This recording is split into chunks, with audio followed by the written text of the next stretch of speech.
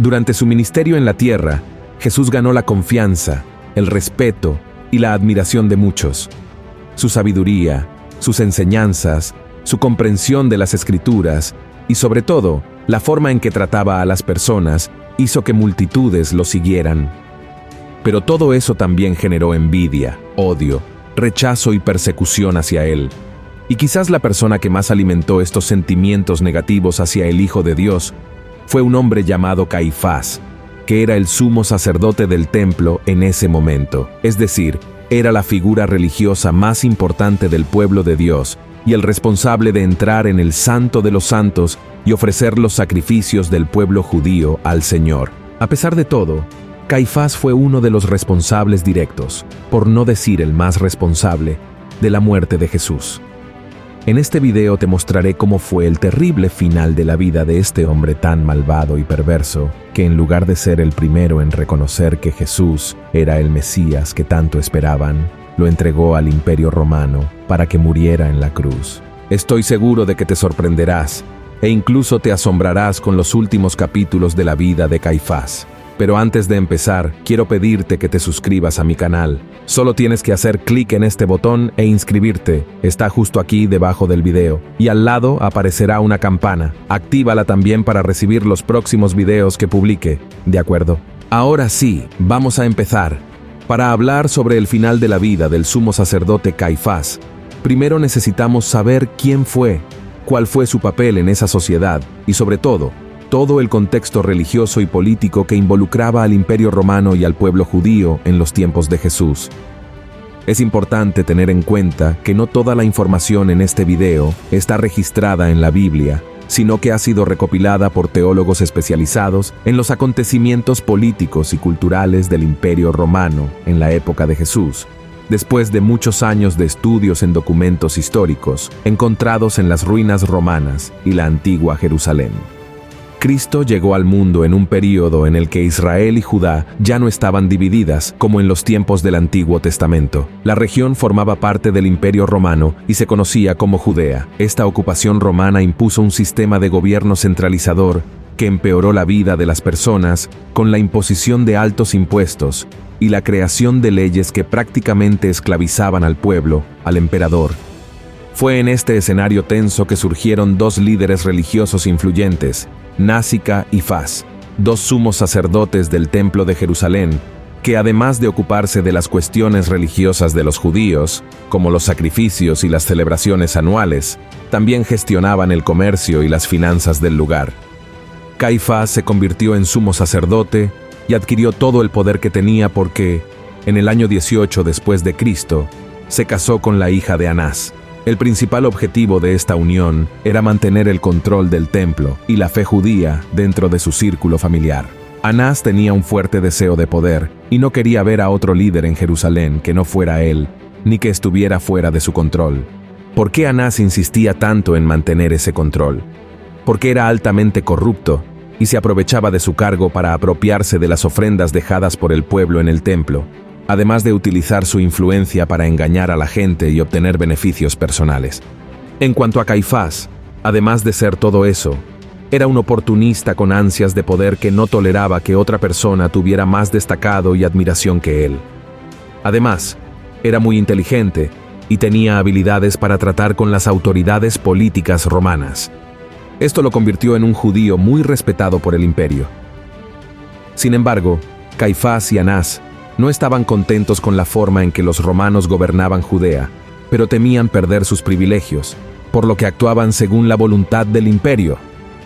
Hacían lo necesario para mantener el orden entre los judíos y evitar que se rebelaran contra el emperador, evitando así el inicio de una revolución. Este es precisamente el punto que nos lleva a entender las acciones de Caifás y Anás en relación con la prisión, el juicio y la crucifixión de Jesús. Además, formaban parte de una secta que no creía en la resurrección de los muertos ni en el juicio final. Dos enseñanzas que Jesús solía transmitir a quienes lo seguían durante su ministerio. Efectivamente, Jesús se convirtió en una gran piedra en el zapato de Caifás y Anás, ya que sus enseñanzas y milagros estaban atrayendo cada vez a más judíos hacia la fe que eventualmente se convertiría en el cristianismo. Caifás, Anás y otros líderes religiosos estaban preocupados de que el carisma y la popularidad de Jesús pudieran provocar una revuelta popular, dado que el pueblo desaprobaba el gobierno romano. Esta preocupación se intensificó aún más después de que el Señor resucitara a Lázaro. Echa un vistazo a lo que está escrito en el capítulo 11 del Evangelio de Juan. Entonces, los pontífices y los fariseos juntaron concilio y decían: ¿qué hacemos? Porque este hombre hace muchas señales. Si le dejamos así, todos creerán en él, y vendrán los romanos, y quitarán nuestro lugar y la nación. Miren esto, hermanos. Este miedo llevó a Caifás y a otros líderes a crear un plan para arrestar y matar a Jesús, pero él sabía que ese arresto no podía ser público porque solo generaría más revuelta entre la gente. Entonces, pasaron meses intentando encontrar una forma de capturar a ese hombre que decía ser el Hijo de Dios, antes de que su influencia creciera lo suficiente como para convertirse en una amenaza real. Mientras Caifás ideaba cómo arrestar a Jesús, negociaba con las autoridades romanas para asegurarse de que ese hombre pagara por sus supuestos errores de una manera ejemplar y no volviera a convivir con los judíos, porque sólo así el Imperio Romano estaría libre de una revolución popular. Hasta que un día, Caifás y Anás vieron en la codicia de uno de los discípulos de Jesús la oportunidad que tanto esperaban para arrestarlo. Después de hablar con los líderes religiosos, Judas Iscariote aceptó entregar a su maestro a cambio de 30 monedas de plata, que equivaldrían hoy en día a alrededor de 15,000 reales. El plan ya estaba trazado.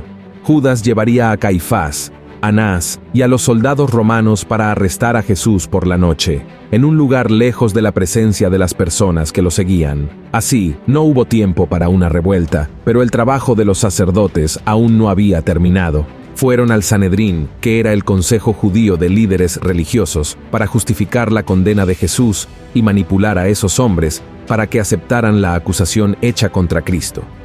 Después, Caifás fue hasta Poncio Pilatos, que era el prefecto de Judea y representante del Imperio Romano en esa región, para acusar a Jesús y exigir una decisión que culminaría en la crucifixión.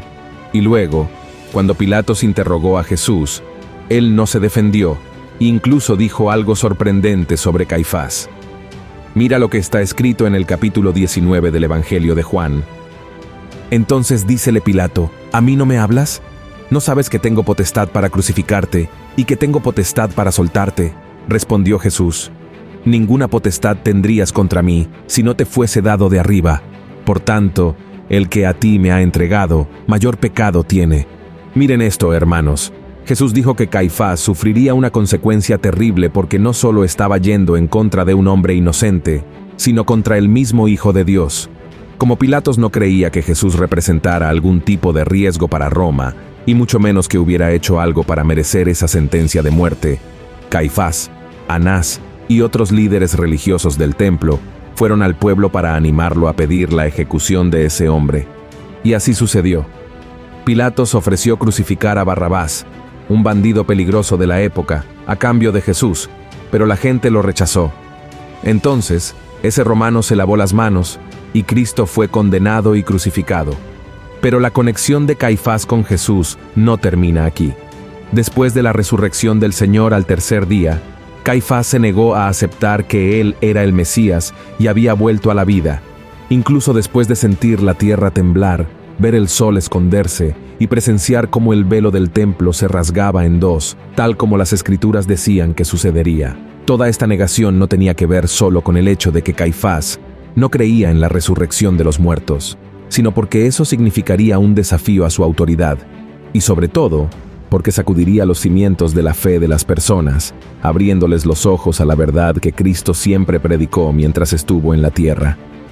Pero Caifás y Anás no se quedaron solo en la negación de la resurrección de Cristo. También persiguieron, arrestaron, torturaron e incluso mataron a aquellos que predicaban que el Mesías había venido, se entregó y volvió a la vida. Entre estas víctimas de los líderes religiosos judíos estaba un hombre llamado Esteban, uno de los primeros diáconos de la iglesia primitiva, quien fue apedreado hasta la muerte en público por declarar su fe en Jesús.